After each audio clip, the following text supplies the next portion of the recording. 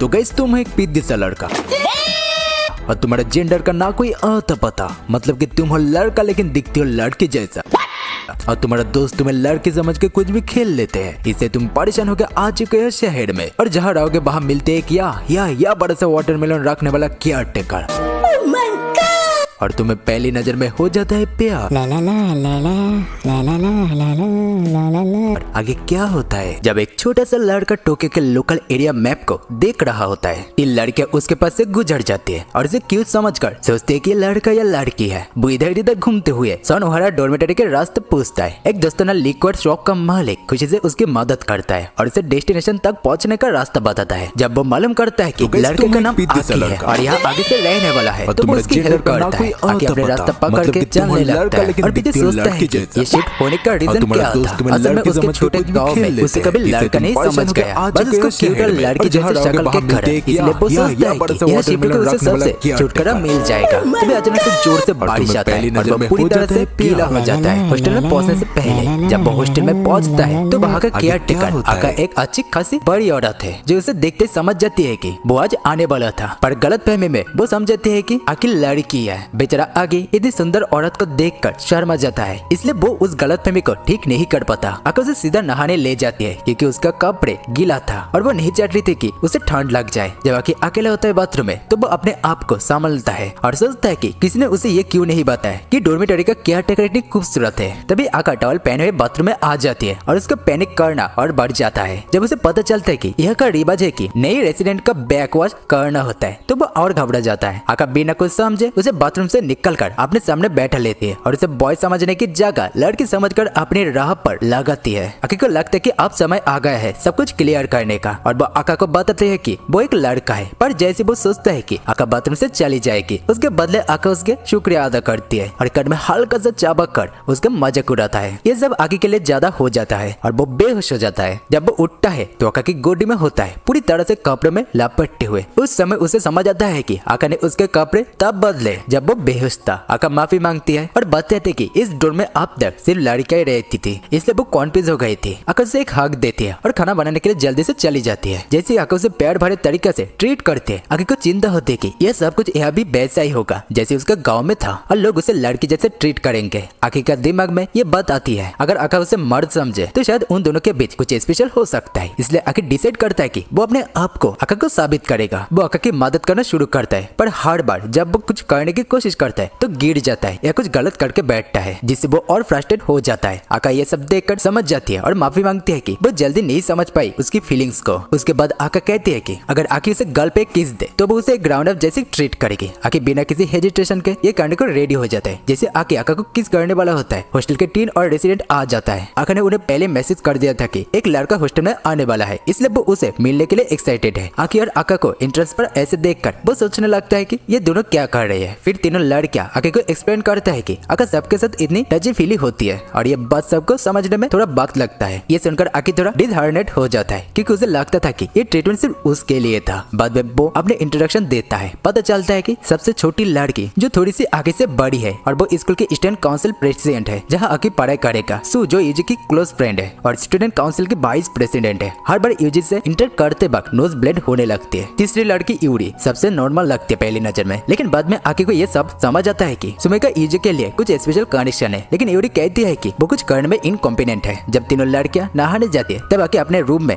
जाके फ्रस्ट्रेट होता है क्योंकि आका उसे वैसे ट्रीट कर रही है जैसे वो सबको करती है। अगले सुबह आका उसे उठाने के लिए आती है पर जब उसके आवाज सुनने पर आके नहीं उठता तो वो सीधा उसके बिस्तर में कूद जाती है। ये तरीका काफी इफेक्टिव होता है और आके एकदम से जाग जाता है। इस कमीशन से यूजी आकर दोनों को डांट देती है क्योंकि स्टूडेंट काउंसिल का काम करना था। क्लासेस से पहले तीनों लड़कियां आके को छोड़कर चल पड़ती है और आके और आका अकेला छोड़ देती है। तब आके आका को अपने टेंशन के बारे में बताता है कि उसे डर है कि लोग उसके मजाक उड़ाएंगे, उसके दोस्त नहीं बनेंगे क्योंकि वो एक छोटा गांव से ट्रांसफर होकर आए हैं। आका उसके हेल्प करने के लिए एक प्लान बनाती है। वो अपने पुराना स्कूल यूनिफॉर्म पहनकर उसकी उम्र की लड़की बनने की नाटक करती है ताकि आका को दूसरे के साथ बात करने की प्रैक्टिस हो सके। आका समझती है कि ये तरीका उसे स्कूल में दूसरे से बात करने में मदद करेगा। पर आके के दिमाग में फिर से गलत सोच आने लगती है। उस वक्त आका कैजुअली क्वेश्चन पूछते हैं जो उसके पहले दिन को लेकर हो सकता है, पर आकी तो और ज्यादा शर्मिंदा हो जाता है। है। जब आका उसका हाथ अपने सीने पर रख कर दिखाते है कि वो भी नर्वस है। जब वक्त निकल जाता है, आकी तैयार होकर निकलने वाला होता है, पर आका उसे रोकती है और करीब लेके गुड लक कहती है। उसे ये यकीन दिलाता है कि वो जरूर नया दोस्त बनाएंगे। स्कूल से वापस आकर आगे उसे बताते हैं कि सब कुछ ठीक से हो गया है और जो उसने तैयारी करवाई थी उसने कभी मदद की। ये सुनकर आका उसे गले लगाती है और सर पर प्यार से हाथ पहन कर कहती है कि वो एक अच्छा लड़का है। 1 महीना हो चुका है जब से आकी नई जगह शिफ्ट हुआ है और धीरे धीरे वो टोक्यो में रहने का आदत डाल रहा है। पर तभी आका उसका स्वागत करते एक छोटी सी चीयर लीडर आउटफिट में, जो आकी को कभी शॉक कर देती है। आका चीयर लीडर की एक्टिंग करते हैं और इसे इनकरेज करते हैं कि जब तक आकी अपने होमवर्क कर रहा होता है, जब वो डिस्ट्रैक्शन से टांग आ जाता है, तभी यूजी, सुमय और यूरी भी उसके रूम में आ जाती है। वो बताती है कि आका ने ये आउटफिट इसलिए पहनी है क्योंकि स्कूल का स्पोर्ट डे आने वाला है। सब डोम के लोग एक ही टीम में है। इसे यूजी डिसाइड करते हैं कि सबको मिलकर जीतने के लिए पूरी मेहनत करनी होगी। आका कहती है कि आकी को स्पोर्ट डे के लिए तैयार करना होगा, इसलिए दोनों ट्रेनिंग शुरू करते हैं। दोनों पहले एक दूसरे को स्ट्रेस करने में हेल्प करता है, पर आकी के दिमाग में सिर्फ गलत थॉट्स आते हैं। दोनों को 3 लेग रेस में एक साथ भागना होगा, इसलिए प्रैक्टिस करने लगता है ताकि दोनों की ट्रेनिंग परफेक्ट हो। पर आकी बार बार इम्प्रेस होता रहता है जब आका का चेस्ट उसके सामने बाउंस करता है। जब ट्रेनिंग खत्म होती है, आका सजेस्ट करते हैं कि आकी को नहा लेना चाहिए। कुछ समय बाद आका भी ज्वाइन करते हैं और कहते हैं कि आका के बाल काफी बढ़ गए हैं तो वो उनका हेयर कट कर देगी। आकी तरह शर्मा जाता है पर फिर हाँ कर देता है। जब आका उसके बाल को काट रही होती है तो ना अपकमिंग स्पोर्ट्स के बारे में बात करते हैं, लेकिन आकी धीरे धीरे सो जाता है। जब वो काम खत्म कर लेती है तो आका उसे जगाती है और उसके बाल धोती है। आकी को अपने नए हेयर कट काफी पसंद आता है। उसके बाद जब आकी नहाने लगता है तो वो एकदम से शर्मा जाता है। जब वो देखता है कि आका उसके बगल में शावर हेड से अपने आप को धोती है, उसकी एम्बरेसमेंट और बढ़ जाती है। जब आका उसके साथ बाथटब में आकर बैठ जाती है। जब आकी प्रोटेस्ट करता है तो आका उसे बताती है कि अगर उन्हें 3 लेग रेस में अच्छा परफॉर्म करना है तो उन्हें सब कुछ एक साथ करना पड़ेगा। वापस अपने रूम में आकी स्पोर्ट इवेंट को लेकर काफी नर्वस हो जाता है। उसे चिंता होती है कि वो आका के करीब रहकर कैसे हैंडल करेगा। स्पोर्ट डे के आने तक के दिन जल्दी गुजर जाते हैं और आका हर एक्टिविटी में आकी के साथ रहकर ट्रेनिंग करवाती है, जिससे आकी पूरी तरह से थक जाता है और स्पोर्ट डे पर हिस्सा लेने की हालत में भी नहीं होता। एक दिन आकी यूजी की चीख सुनकर चौंक जाता है और वो जल्दी से देखने के लिए दौड़ पड़ता है। असल में क्या गलत हुआ है और उसे चेंज करते हुए देखकर सरप्राइज होता है। पता चलता है कि यूजी ने एक बड़ी मकड़ी देख ली थी जिससे वो घबरा गए थे और वो आकी से कहते कि वो मकड़ी को हटा दे, पर मकड़ी का साइज बड़ा है और वो भी उसे घबरा रहा था। ये सुनकर यूजी और ज्यादा पैनिक कर जाती है क्योंकि वो क्रीपी क्रॉली चीजें से डर जाती है। तभी सुआ बाहर आती और यूजी की चीख सुनकर उसकी मदद करने के लिए दौड़ती है, पर मकड़ी उसके सर पर गिर जाती है और वो बेहोश हो जाती है। यूरी उन्हें समझाती है कि ये हंट्समैन स्पाइडर है जो इंसानों को नुकसान नहीं पहुंचाता, पर खुद भी मदद करने से मना कर देते हैं। आका सबसे आखिर में वहां पहुंचते हैं और धीरे से मकड़ी को अपने चेस्ट पर गिरते देखकर बिना किसी टेंशन के उसे उठाकर विंडो से बाहर फेंक देती है। सब उसके इतने कॉम्पोज बिहेवियर को देखकर शॉक में होते हैं। तभी आका आकी से कहती है कि उसके साथ शॉपिंग पर चले। आकी खुशी से हाँ कहता है, पर फिर ओवर थिंकिंग करके ये सोचता है कि क्या पहनना चाहिए। यूजी, सुआ और यूरी उसे हेल्प करते हैं और कहते हैं कि ज्यादा सोचने की जरूरत नहीं है। आका के बारे में बात करते हुए वो सोचने लगता है कि उसका वीकनेस क्या है, क्योंकि उसने मकड़ी को इतनी आसानी से हैंडल कर लिया। इसको जानने के लिए वो आकी को बोलता है कि शॉपिंग ट्रिप के दौरान ये पता करे। शॉपिंग ट्रिप का पहला स्टॉप लिक्वर स्टोर था जहाँ आकी को डायरेक्शन मिली थी और इसे पता चलता है कि दुकान का ओनर का नाम यासुआ है जो आका की पुरानी दोस्त है। पूरा दिन शॉपिंग करते हैं। आका आकी के करीब होने से इतना मेस्मराइज होता है कि उसके वीकनेस के बारे में कुछ भी नहीं जान पाता। वापस आने पर यूजी पहले से एंटिसिपेट करते हैं कि आकी कुछ नहीं पता कर पाएगा, इसलिए वो उसे एक हॉरर मूवी कास्टी देती है और कहती है कि उसे आका के साथ देखो, शायद उसे कुछ पता चले। पर जब दोनों मूवी देखते हैं तो सिर्फ आकी ही डर जाता है। सब आइडियाज खत्म होते देख आकी सोचता है कि अब छोड़ देना चाहिए, पर यूजी कहते हैं कि क्या वो नहीं चाहेगा कि आका का डर जान सके ताकि वो एक रियल मैन की तरह उसकी रक्षा कर सके। ये सुनकर आकी का मूड बदल जाता है और वो सीधा आका से पूछने चला जाता है कि वो क्या चीज से डरती है। जब आका को ये समझ में आता है कि उसने सिनेरी मूवी देखने की क्यों जीत की थी,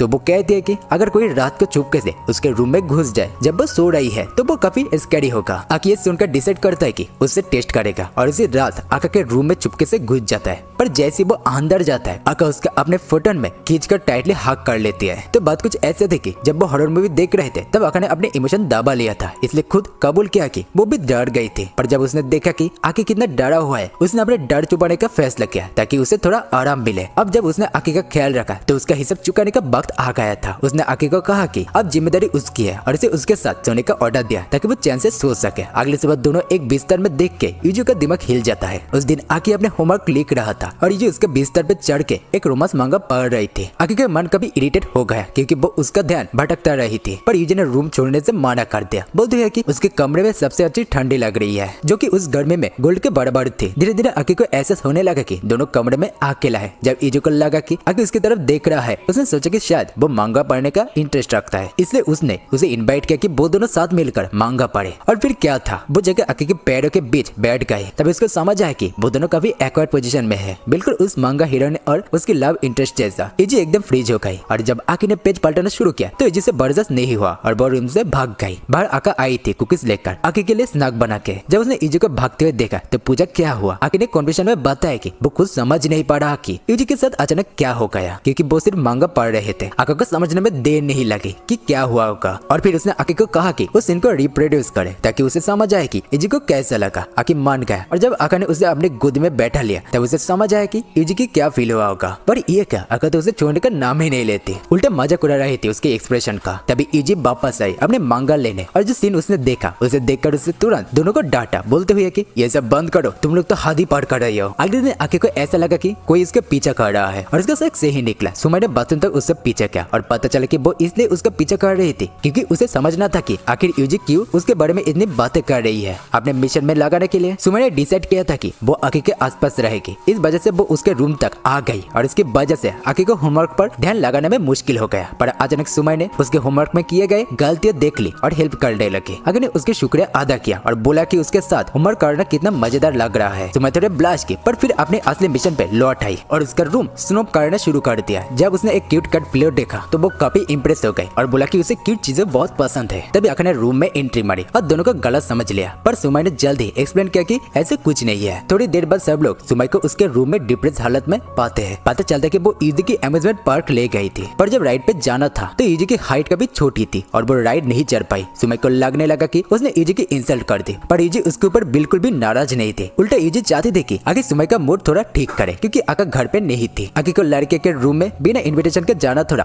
ओड लगता था, पर इजी और यूरी ने उसे लड़की बना के अंदर भेज दिया ताकि बस सुमय का मन ठीक कर सके। इस एम्बैरेसिंग सिचुएशन के बावजूद आके ने हिम्मत जुटाई और अंदर गया। सुमय को काफी बुरा लग रहा था, इसलिए आके ने उसे कहा कि वो कुछ भी करने के लिए तैयार है, सिर्फ उसके मूड अच्छा करने के लिए। सुमय ने सबसे पहले उसे कहा कि उसकी हेल्प करे पाजामा चेंज करने में। आके ने दांत मसते हुए हेल्प की, पर अंदर से काफी एक्वर्ड फील कर रहा था। तो सुमय का मूड तो अभी तक ठीक नहीं हुआ था, तो उसने आके को बोला कि उसे रिचार्ज होने के लिए इजी को अपने कंधे पे उठाना पड़ेगा। अब आके ने महान बनने का ड्रामा करते हुए इजी को किया तो मुझे उठा लो, और लो सुमय मान भी गया क्योंकि आके उस वक्त छोटी लड़का जैसा लग रहा था। उसने आके को उठाया और इसे उसके बैटरी रिचार्ज हो गई। उसके बाद सुमय फाइनली रूम से बाहर निकल गई। यूजी से माफी मांगी और यूजी ने तुरंत उसे माफ कर दिया, क्या कि उसे तो पहले से कोई प्रॉब्लम नहीं थी। अगले दिन अमेजमेंट पार्क का फिर से प्लान बना और यूजी के दिमाग में एक जबरदस्त आइडिया आया हाइट के बैरियर तोड़ने का। उसने एक मुर्गा अपने सर पर रख लिया, सोच के कि अब तो एंट्री पक किया, लेकिन राइड के अटेंडेंट फिर भी माना कर दिया और यूजी तो शॉक में चली गई। इसके बाद यूरी आई आके के पास एक स्पेशल रिक्वेस्ट लेकर। उसने बोला कि मुझे तुम्हारी मदद चाहिए और ये सिर्फ तुम ही कर सकते हो। ये सुनकर आके खुशी के मारे उछल पड़ता है, सोच के कि अब वो अपने मर्दंगिरी दिखाएगा। लेकिन ये एक्साइटमेंट ज्यादा देर तक टिक नहीं पाई क्योंकि यूरी ने उसे कहा कि उसके बने हुए सारे लड़कियों वाले कॉस्ट्यूम पहनना पड़ेगा। आके को लगा कि अब तो बस ना कोई ऑप्शन ही नहीं है। उसे अपने बड़ी बहन की याद है जो हमेशा घर पे उसे ये सब करवाती थी, तो उसने सोचा चलो भाई कर लो जो करना है। इस तरह उन्होंने पूरी दिन यूरी के रूम में फोटो शूट में बिता दिया, जिसमें आके को हर तरह के अजीब गरीब लड़कियों वाले आउटफिट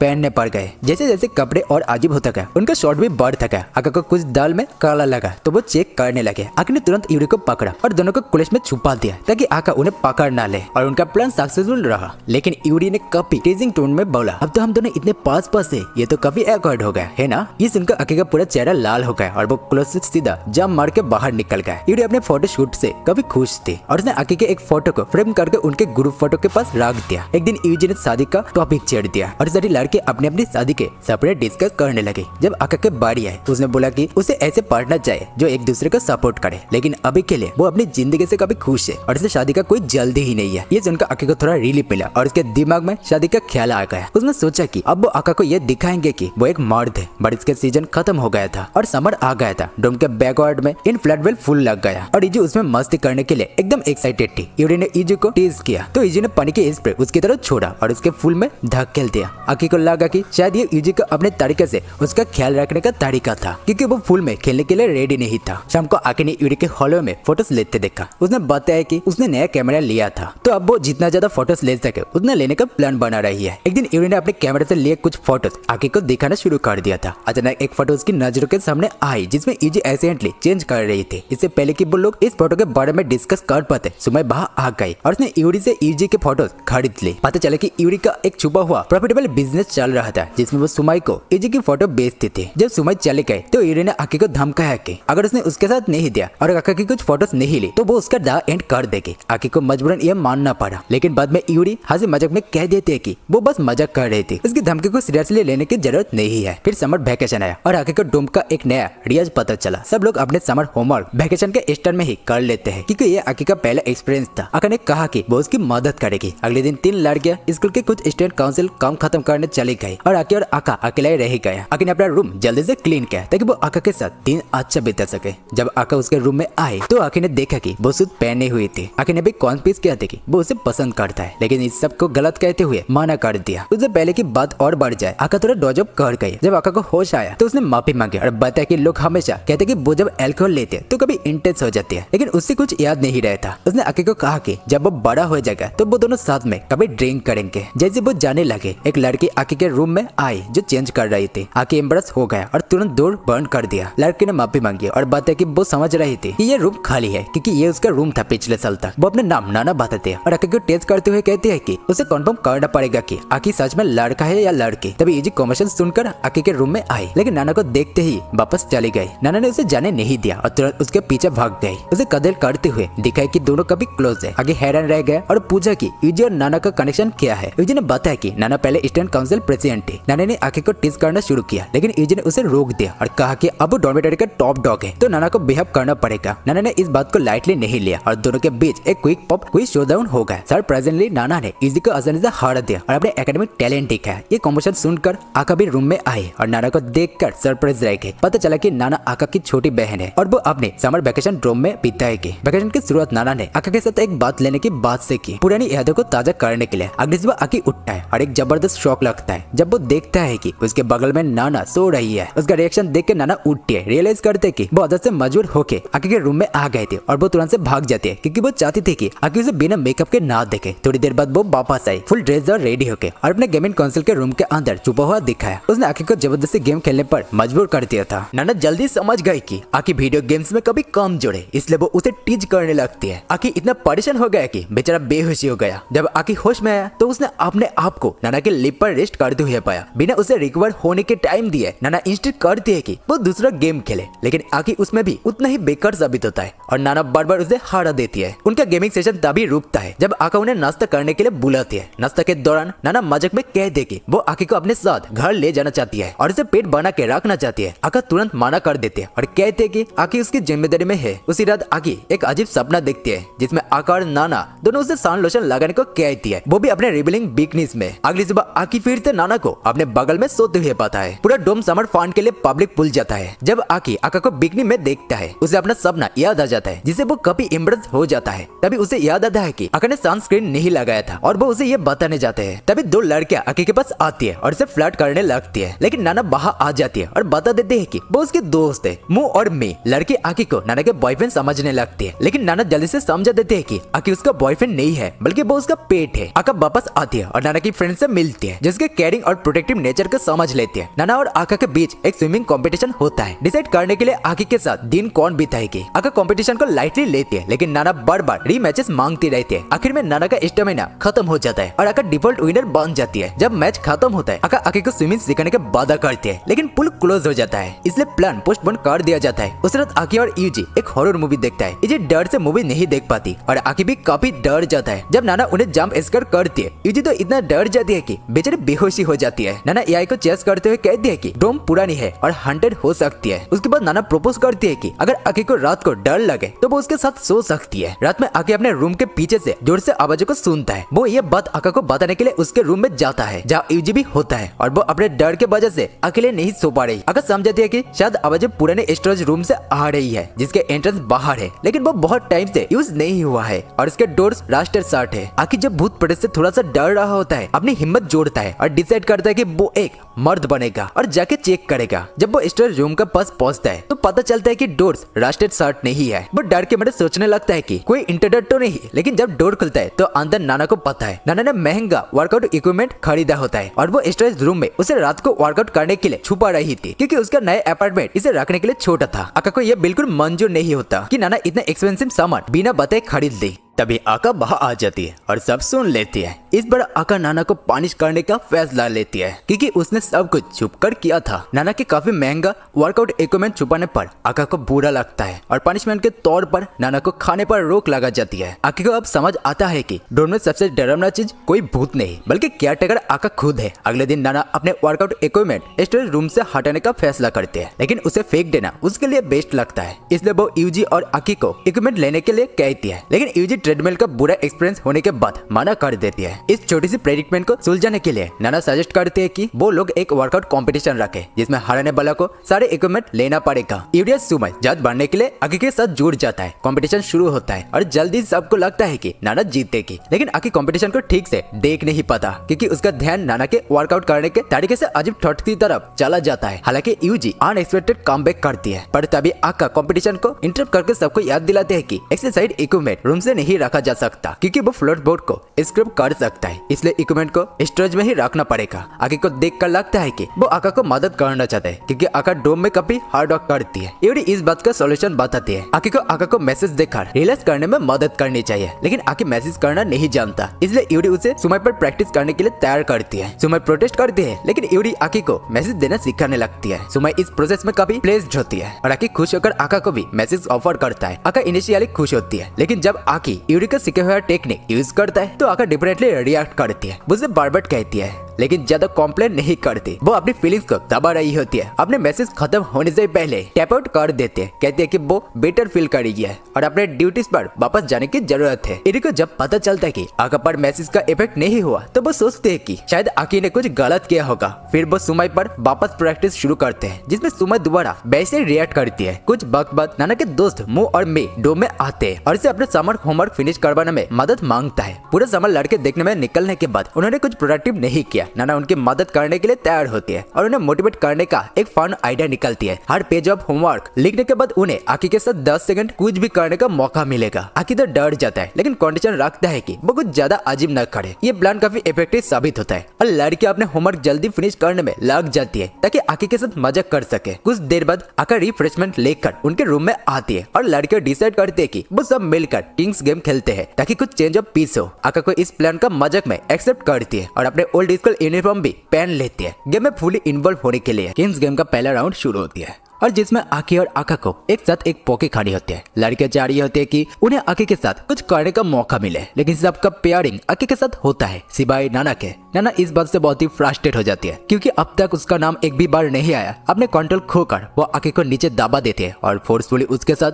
पोके शेयर करने की कोशिश करती है, लेकिन तभी आका आके उसे रोक देते हैं, यह दिलाते हुए कि रात का वक्त हो गया है और अब होमवर्क खत्म करना जरूरी है। जब वो अपने होमवर्क खत्म करते हैं तो लड़के आकी से मदद मांगते हैं क्योंकि उन्होंने सुना था कि आकी की मदद करने में बहुत ही अच्छा है। आकी एग्री करता है और तीनों लड़के अपने आप को उसके सामने प्रेजेंट करती है, लेकिन जब उन्हें हैरानी होती है कि जब आकी का मैसेज उनके लिए थोड़ा ज्यादा इंटेंस हो जाता है और वो अपने आवाज को रोक नहीं पाते। समर खत्म होने का ही होती है और फायरवर्क्स फेस्टिवल आने वाला होता है। नाना आकी को बताते हैं कि उसका स्कूल दोबारा शुरू होने वाला है, इसलिए उसके लिए फायरवर्क्स देखना थोड़ा सैड रहेगा। अपना बचा हुआ वक्त आकी के साथ अच्छा बिताने के लिए वो आकी को गेम्स खेलने के लिए फोर्स करती है। शॉपिंग ट्रिप से वापस आने के बाद आका और आकी को नाना इंटरप्ट करते हैं और आका से कुछ स्पेशल करने के लिए कहते हैं। नाना जाने वाली होती है, इसलिए आका एग्री कर लेती है। आकी क्यूरियस हो जाता है कि वो दोनों क्या कर रहे होंगे, इसलिए वो चुपके से कमरे के पास जाके सुनता है, लेकिन जो आवाज सुनाई देती है वो नाना की खुशी भरी आवाज होती है। कुछ देर बाद नाना कमरे से निकलती है और आकी को पकड़ लेते हैं सुनते हुए। वो आकी को टेस्ट करते हैं और बताती है कि आका ने बस उसका कान साफ किया था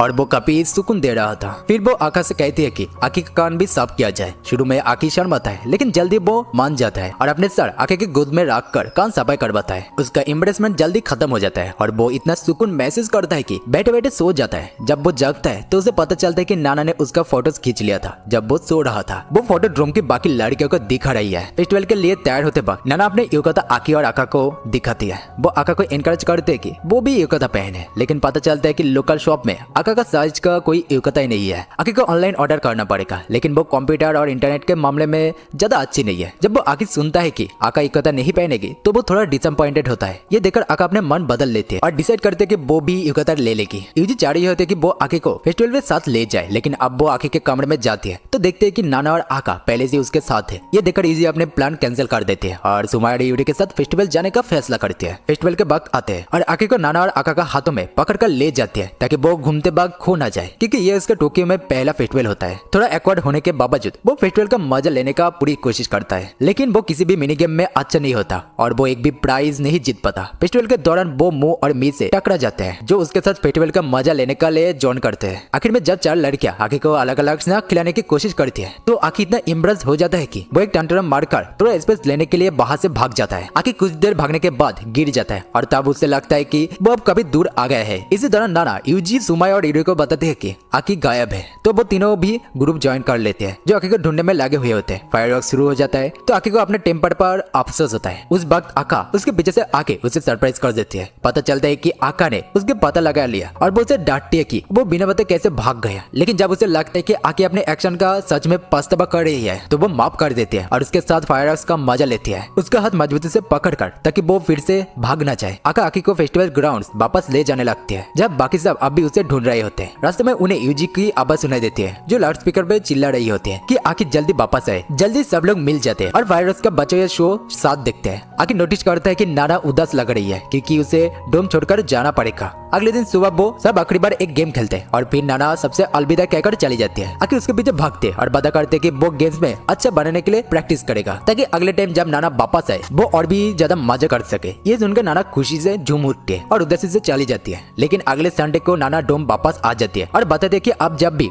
उसका स्कूल ऑफ रहेगा वो वापस आती रहेगी, जिससे आकी थोड़ा हैरान हो जाता है। उसे लगता है अगर वो वापस आने वाली थी तो उसने पहले ही इतना बड़ा सीन क्यों बनाया। एक दिन आका आकी को अपने साथ ले जाती है ताकि वो यूस्टा को शॉप में मदद कर सके, क्योंकि अक्टूबर फेस्ट सेलिब्रेशन का टाइम होता है और यूस्टा को ज्यादा मदद की जरूरत होती है। आकी खुश होता है कि वो मदद कर पा रहा है, लेकिन जब उसे पता चलता है कि यूस्टा ने उसके लिए लड़के का यूनिफॉर्म तैयार किया है तो वो थोड़ा घबरा जाता है। वो याद करते हैं कि यूरी ने उसके बैकपैक में कुछ रखा था इन केस वो मुश्तमट में है, तो वो उम्मीद करते हैं कि शायद उसके लिए मेल यूनिफॉर्म हो। लेकिन जब वो बैकपैक खोलता है तो उसे एक विग मिलती है ताकि वो लड़की की तरह दिख सके और कोई ऑप्शन ना होने के वजह से वो विग पहनता है और काम शुरू करता है। आका एक नेचुरल वेटरेस है तो यूट से बताते हैं कि आका हमेशा इस टाइम पर मदद करती है जो उसकी शॉप की पॉपुलैरिटी को और भी बढ़ा देती है। दूसरी तरफ आकी थोड़ा स्ट्रगल करता है, सीधे काम नहीं कर पा रहा और जब वो आका की परफॉर्मेंस मैच करने की कोशिश करते हैं तो वो एक गलती कर बैठता है और एक गेस्ट के टेबल पर बियर गिरा देती है। आका जल्दी से माफी मांगते हैं और गेस्ट को फ्री ड्रिंक और स्नैक्स देती है, जबकि गेस्ट अपसेट भी नहीं होता। काम के दौरान आका आकी को मोटिवेट करते हैं और कहते हैं कि कोई प्रॉब्लम नहीं है, वो अच्छा काम कर रहा है। ये सुनकर आकी का काम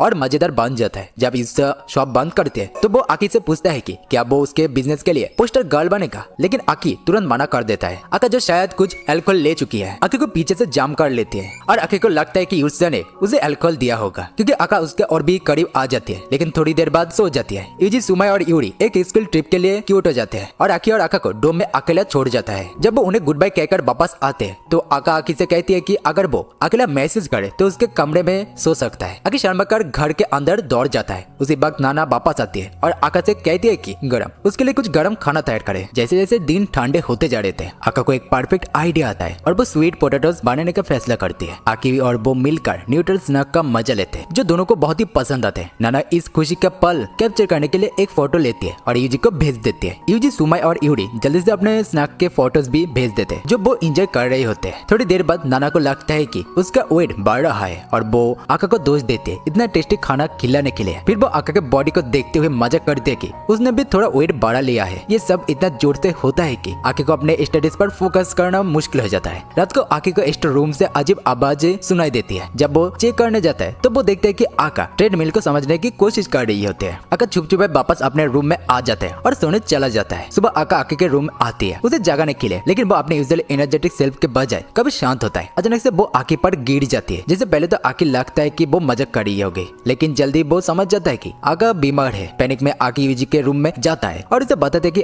आका बेहोश हो गई है और एम्बुलेंस बुलाने की जरूरत है। यूजी उसे शांत होने को कहती है और फिर आका को चेक करती है। पता चलता है कि आका को एक बुरी कोल्ड हो गई है। सुमाई और यूरी भी जल्दी से मदद करने के लिए आती है क्योंकि आका को पजामास में बदल कर उसे आकी के बेड में सुलाती है क्योंकि हालत में उसे ज्यादा हिलाना ठीक नहीं होता। यूजी, सुमाई और यूरी आकी को कहते हैं कि वो स्कूल मत जाए और आका का ध्यान रखे क्योंकि उन्हें स्टूडेंट काउंसिल के ड्यूटीज मिस नहीं करना है। आका जब फीवर इंड्यूस नाइटमेयर से जागती है तो उसे आकी मिलते हैं जो उसके लिए पॉरिज बनाकर लाया होता है। कमजोरी के कारण आका उसे पॉरिज खिलाने को कहती है। खाना खत्म करने के बाद आका उसे अपने पेट साफ करने को कहते हैं क्योंकि वो काफी पसीने से भीग गई थी। आकी शेयर करता है कि आका उसकी तरफ ना देखे जब वो अपने कपड़े उतारते हैं, लेकिन आका जल्दी इस सिचुएशन का फायदा उठाकर उसे अपने सामने भी साफ करने को कहती है। आकी तरह घबरा जाता है लेकिन अपना हौसला बढ़ाकर पूरा काम कर लेता है। अगले दिन आका अपने आप को ठीक महसूस करते हैं और सब लोग खुश होता है कि वो वापस ठीक हो चुका है। जब यूजी, यूरी और सुमाई को पता चलता है कि आकी ने आका के पूरे बदन को साफ किया तो वो तीनों ऊपर से थोड़ा नाराज हो जाते हैं। इसी दौरान यूजुआ आका को 2 एक्वेरियम के टिकट्स देती है ताकि वो रिसेंट मदद के लिए उसके शुक्रिया अदा कर सके। हाईलैंड के टाइम आ जाता है और नाना, मो और आकी एक साथ सेलिब्रेट करते हैं। तीनों उसे कराओके के लिए ले जाता है जहाँ असली मजा तब आता है जब आकी अपने गाना गाने की कोशिश करता है, लेकिन तीनों लड़के उसको मजाक बनाने और चीनने लगती है जिससे वो प्रॉपर्ली गाना नहीं गा पाता। इसके बाद वो मजाक करना चाहता था लेकिन आकी इंसिस्ट करता है कि वो डोम वापस चले तो वो फोटो बूथ जाने का बाद में जाती है। इसी दौरान यूजुआ और आका आधे टाइम बिता रहे होते हैं और इससे अपने काम की फ्रस्ट्रेशन निकलती है। थोड़ा पी लेने के बाद यूजुआ कॉन्फ्यूज करती है कि काश आका उसकी मम्मी होती ताकि वो हर रोज पंपेड फील कर सके। दूसरी तरफ आकी और लड़किया के साथ एक फन फोटो शूट होता है और वो एक क्यूट और थोड़ी एम्ब्रेसिंग ग्रुप फोटो के साथ इस पल को यादगार बना लेते हैं। आकी जब डॉम वापस आता है तो वो यूजी, यूरी और सुमाई को उनके हाईलैंड कॉस्ट्यूम में देखते हैं। सबको थोड़ा अजीब सी सुनाई देने लगती है जो लिविंग रूम से आ रही होते हैं। जब वो बाहर जाते हैं तो देखते हैं कि आका और यूज से कुछ अजीब बिहेव कर रही होते हैं। तभी समझने में आता है कि दोनों ने शायद पीके रखा है। यूजी उन्हें समझाने की कोशिश करते हैं लेकिन उल्टा उसको ही एक टाइट हग मिल जाता है और फिर वो लोग उसे स्मच करने लगते हैं। सुमाई और यूरी भी यूजी को बचाने की कोशिश करते हैं लेकिन वो भी उस हग में फंस जाते हैं। आकी ये सब देखकर सोचते हैं कि बेहतर है कि वो चुपचाप ये सब इग्नोर करे और अपने रूम में स्नैक आउट कर जाता है। दूसरी तरफ आकी और आका लोकल एक्वेरियम में होते हैं। वहाँ आकी को याद आता है कि आका ने उसे पिछले दिन यहाँ आने के लिए इनवाइट दिया था और ये सोचकर उसका मन खुश हो जाता है। सब कुछ काफी सुंदर लग रहा होता है लेकिन सबसे ज्यादा अटेंशन उनके पेंगुइन्स पर होता है जो दोनों को देखने में मजा आता है। घर लौटने से पहले दोनों सॉफ्ट क्रीम एंजॉय करते हैं और दूसरे के लिए कुछ और भी लेते हैं। इसी दौरान सुमाई और आकी काफी अच्छा बॉन्ड बना रहे होते हैं तो यूरी मजाक में बोलती है कि दोनों बिल्कुल भाई बहन जैसे लगते हैं। सुमाई इस बात को दिल पे ले लेती है और डिसाइड करते हैं कि वो आकी की बड़ी बहन बनने का रोल प्ले करेगी। जब यूजी को ये सब पता चलता है तो वो कहते हैं कि असली रोल मॉडल बड़ी बहन तो वो ही बनेगी और आकी को अपने गोदी में सोने के ऑफर देती है। लेकिन जब आकी अपने सर उसके गोदी में रखता है तो यूजी बहुत शर्माने लगती है। ये देखकर सुमाई काफी जेलस होती है और कहते हैं कि अब यूजी उसकी बड़ी बहन बनेगी ताकि वो भी वैसे ही पंपेयर्ड हो सके जैसे आकी। फिर यूरी अपने टान लेती है और आकी के लिए सब चिल कर उसे खिलाती है लेकिन ये भी उसके लिए काफी एम्बरेसिंग हो जाता है और वो टैप आउट कर देती है। फाइनली सुमाई की टान लेती है और आकी को इनवाइट करती है कि वो उसके साथ बात ले। सुमाई को बिल्कुल भी शर्म नहीं आती लेकिन यूजी को इन सब में इंटरफेयर करना पड़ता है क्योंकि वो समझाता है कि अपोजिट जेंडर के सिबलिंग को एक साथ बात लेना नॉर्मल नहीं होता। लेकिन प्रॉब्लम ये थी कि उनमें से किसी के पास अपने सिबलिंग का एक्सपीरियंस नहीं था, इसलिए सबको लगता है कि सिर्फ आका ही उनका रोल मॉडल है। उन्हें याद आता है कि आकी की एक बड़ी बहन है तो सब उसका ओपिनियन पूछता है लेकिन जैसे आकी की सिस्टर को जिक्र होता है उसके आंखों में एक अजीब सी उदासी आ जाती है और वो अपने मन में सोचता है कि अब वक्त आ गया है कि वो अपने पुराने तौरमा को पीछे छोड़ दे क्योंकि वो अब दूर आ चुका है। इसी वक्त एक मिस्टीरियस लड़की हॉस्टल में एंटर करते हैं खुशी खुशी ये सोचकर कि वो फाइनली जगह ढूंढ चुकी है। सुबह सुबह एक सफेद बालों वाली लड़की जो सिर्फ अपने अंडरवेयर में होती है आकी को जगाती है। आकी से पहचान जाता है वो उसकी बड़ी बहन मासूरी थी। वो बिना वक्त जाया किए उसकी हेल्प करती है कपड़े बदलने में। उसके बाद आका भी आकी के रूम में एंटर कर जाती है और सब कुछ इंटरप्ट हो जाता है। जब सब लिविंग रूम में गैदर होता है तो मिसूरी अपना इंट्रोडक्शन देती है और सबको बताते हैं कि वो आकी की बड़ी बहन है। सब ये भी नोटिस करते हैं कि अचानक आकी ने लड़कियों वाला कपड़े क्यों पहना है तो मिसूरी एक्सप्लेन करते हैं कि वो कपड़े उसी ने लाए थे क्योंकि उसे लगा था कि आकी के पास अपने कपड़े नहीं होंगे। साथ ही वो बार बार आकी को अपनी छोटी बहन बुलाती है। छोटी सी बातचीत के बाद मिसूरी अनाउंस करते हैं कि वो वापस जाने वाली है लेकिन आकी को अपने साथ लेकर। वो कहते हैं कि आकी बिना उसके कुछ नहीं कर सकता और उसे अपने साथ ले जाने की जीत पकड़ लेती है। ये सुनकर आकी डर के आका के पीछे छुप जाता है और वो अपने बहन से कहती है कि अब आका उसके ध्यान रख रही है। लेकिन मासूरी अपने बात पे आटी रहती है और कहते हैं कि आका सिर्फ अपने बॉडी का इस्तेमाल करके आकी को अपने पास रोक रही है और उसके टेस्ट करना पड़ेगा कि वो सच में आकी को ध्यान रखने का लायक है या नहीं। अब मासूरी आका को टेस्ट करना चाहती है और आका को इस चैलेंज को खुशी से एक्सेप्ट कर लेती है। जब मासूरी का पेट भूखा होता है और आवाज करने लगता है आका तुरंत उसके लिए खाना बनाने का ऑफर देती है। मासूरी शुरू में कूल बनने की कोशिश करती है लेकिन जब आका उसका फेवरेट खाना बना कर लाती है तो मासूरी सरप्राइज हो जाती है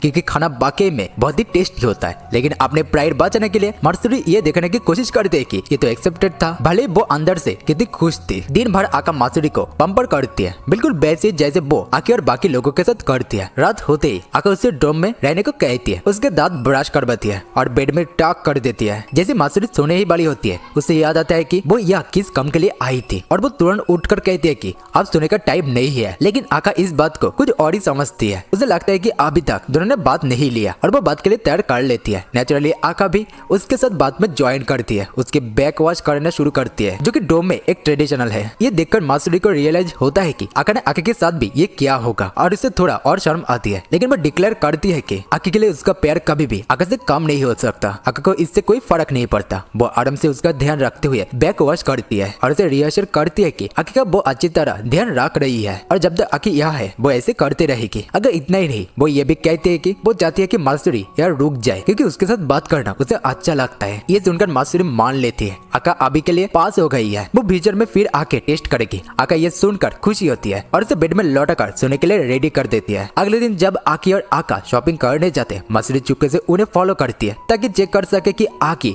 अपने काम ठीक से कर रही है या नहीं। लेकिन जैसे वो दिखते हैं कि आका आके के साथ कुछ इनएप्रिशिएट कर रही है, वो अपने कवर ब्लॉक कर देते हैं और उन्हें रोक देते हैं। लेकिन जल्दी समझ में आता है कि आकी बस आकी को न खिला रही थी, क्योंकि आकी के हाथ ग्रोसरी बैग से बिजी थे। बाद में जब आका उसे शॉपिंग डिस्ट्रिक्ट के बारे में बताते हैं, मात्सुरी एक मौका पकड़कर आकी को ले जाती है और कहती है कि वो उससे घर वापस लेकर जाएगी। लेकिन टोक्यो तो एक बड़े शहर है और मात्सुरी खुद खो जाती है। वो आकी से डायरेक्शन मांगती है, लेकिन आकी वापस जाने में कोई इंटरेस्ट नहीं दिखाता, तो वो मदद करने से इनकार कर देता है। जब वो अपने आप उसे ले जाने की कोशिश करते हैं, तो वो बार बार इधर उधर घूमती रहती है, बिना किसी आईडी के कहा जाना है। फिर अचानक वो गिर जाती है और वो अपने एंकल चोटिल कर लेती है। आकी तुरंत उसको उठाकर डोम वापस ले जाने का ऑफर देता है, चाहे वो मना करती है। उसके पीठ पर आराम करते हैं। मात्सुरी को याद आता है कि जब आकी छोटा था वो कितना क्राई बेबी था और वो भी उसके ऐसे ही उठा करती थी। तभी उसने डिसाइड किया कि आकी उसके बिना कुछ नहीं कर सकता। लेकिन अब उसे लगता है कि आकी बदल गया है और ज्यादा रिस्पॉन्सिबल हो गया है। डोम वापस पहुंचकर वो देखते हैं कि आका उनका इंतजार कर रही होते हैं। आकी जल्दी से एक्सप्लेन करती है कि मात्सुरी चोटिल हो गई है और आका उसे तारीफ करती है कि वो अपने सिस्टर का इतना अच्छा ध्यान रख रहा है। उसके बाद वो मात्सुरी का एंकल देखकर उसका ट्रीटमेंट करता है और मात्सुरी अपने घर वापस चली जाती है। लेकिन कुछ दिनों बाद मात्सुरी डोम में वापस आती है और बताते कि अब वो पास ही स्कूल में ट्रांसफर हो गई है, इसलिए वो अब यहाँ आसपास रहेगी। और वो ये भी कहती है कि वो आका को कभी भी आकी का ध्यान रखने नहीं देगी, क्योंकि अब वो आकी को एक लड़के के रूप में देखने लगी है। फिर जब आकी और आका लिविंग रूम में कोता से सेट कर रहा होता है, दोनों ठंडे में उसकी गर्मी को एंजॉय करने के लिए एक्साइटेड होते हैं। आका उस मोमेंट का पूरा करने के लिए कुछ मैंडेटरीज लेकर आती है और आकी को खिलाने लगती है। भले आकी को थोड़ा पेट जैसा फील होता है, लेकिन वो आका को मना नहीं कर पाता और पूरा स्नैक एंजॉय करता है। अचानक कोतात्सु खराब हो जाता है, तो आका नीचे घुसकर प्रॉब्लम फेस करने लगती है और इसी बीच वो आकी पर एक छोटी सी प्रांग भी खेल लेती है। जब कोतात्सु वापस काम करने लगता है, आकी सो जाता है और आका उस पर अपनी जैकेट डाल देती है ताकि उसे ठंड ना लग जाए। वो उसे सोते देखती रहती है जब तक वो दोबारा उठ नहीं जाता। शॉपिंग सेंटर में इजी के साथ घूमते हैं। आकी एक्साइटेडली बताती है कि वो क्रिसमस सांता से जो गिफ्ट मिलेगी उसका इंतजार कर रहा है। इजी ये सुनकर हैरान रह जाता है, क्योंकि आकी को अब तक सांता क्लॉज पर विश्वास करता है। फिर वो ये न्यूज यूडी और सुमाई को देती है, कहती है कि वो सच बताना नहीं चाहती, क्योंकि जब उसने खुद सांता के बारे में सच जाना था तो उसके लिए ये एक टफ एक्सपीरियंस था। लेकिन सिचुएशन तब और भी मुश्किल हो जाती है जब आकी डिसाइड करता है कि वो रात भर जाकर सांता से मिलने की कोशिश करेगा। इसलिए सब मिलकर एक प्लान बनाते हैं ताकि उसकी क्रिसमस इल्यूजन बरकरार रहे। क्रिसमस ईव आते हैं और डोम में बहुत लाइवली महसूस होता है। सब फेस्टिवल मूड में होता है और क्रिसमस थीम कॉस्ट्यूम पहने होते हैं। आका ने जो खाना बनाया होता है सब लोग उनका एंजॉय कर रहा होता है। तभी उड़से ड्रिंक की डिलीवरी लेकर आती है, लेकिन सब उन्हें मना कर देती है ताकि आका को अल्कोहल ना दे, ताकि वो ज्यादा ना पी ले। इजी ये इंश्योर करती है कि कोई सांता के बारे में सच नहीं बताए। दूसरी तरफ मात्सुरी चुपके से आकी के रूम में जाने की कोशिश करते हैं, लेकिन वो पकड़ी जाती है जब आका उसे देख लेते हैं। जब ईश्वर मी और मु चले जाते हैं और आकी बेड में सांता का इंतजार करने का रेडी होता है, इजी उसके रूम में आती है और रिक्वेस्ट करते हैं कि वो आज उसके साथ सोए। उसके मकसद ये होता है कि आकी सो जाए और सांता का इल्यूजन बरकरार रहे। आकी थोड़ा कॉन्फ्यूज होता है, लेकिन वो इजी की बात मान लेता है और वो दोनों बेड में चले जाते हैं। थोड़ी देर बाद आकी सो जाता है और इजी भी, चाहे वो शर्मिंदा महसूस करती है, उसके साथ बेड शेयर करते हुए। जब दोनों गहरी नींद में होता है, आका और मासूरी चुपके से उसके रूम में आते हैं और गिफ्ट छोड़कर जाते हैं। आकी को हल्का आवाज से नींद खुल जाती है और वो आका को सेंटा के कॉस्ट्यूम में देख लेता है, लेकिन क्योंकि वो आधा सोया होता है उसे लगता है कि सच में सेंटा है। फिर से सो जाता है, सपना देखते हुए कि वो आका के साथ एक एडवेंचर पर जा रहा है। अगली सुबह आकी बहुत एक्साइटेड होता है और आका को बताता है कि सेंटा उसकी तरह दिखती है। फिर न्यू ईयर की पहले सब डोम को साफ करते हैं और सोने चले जाते हैं, लेकिन आकी और आका जागे रहते हैं। आकी चाहते हैं कि वो दोनों साथ में न्यू ईयर ग्रीट करे। जब क्लॉक मिडनाइट हिट करती है दोनों एक दूसरे को हैप्पी न्यू ईयर विश करते हैं, लेकिन आकी इतना लेट जाकर बहुत टायर्ड हो जाता है। आका उसे वापस रूम में ले जाती है इस उम्मीद के साथ कि अगले दिन इतना ही फन होगा और वो वादा करते हैं कि वो उसका ख्याल अच्छी तरह से रखेगी। अगले दिन वो ट्रेडिशन के मुताबिक शायरीन विजिट करता है। आकी अपने मन में ये विश करता है कि इस साल वो आका के साथ और भी करीब आ सके।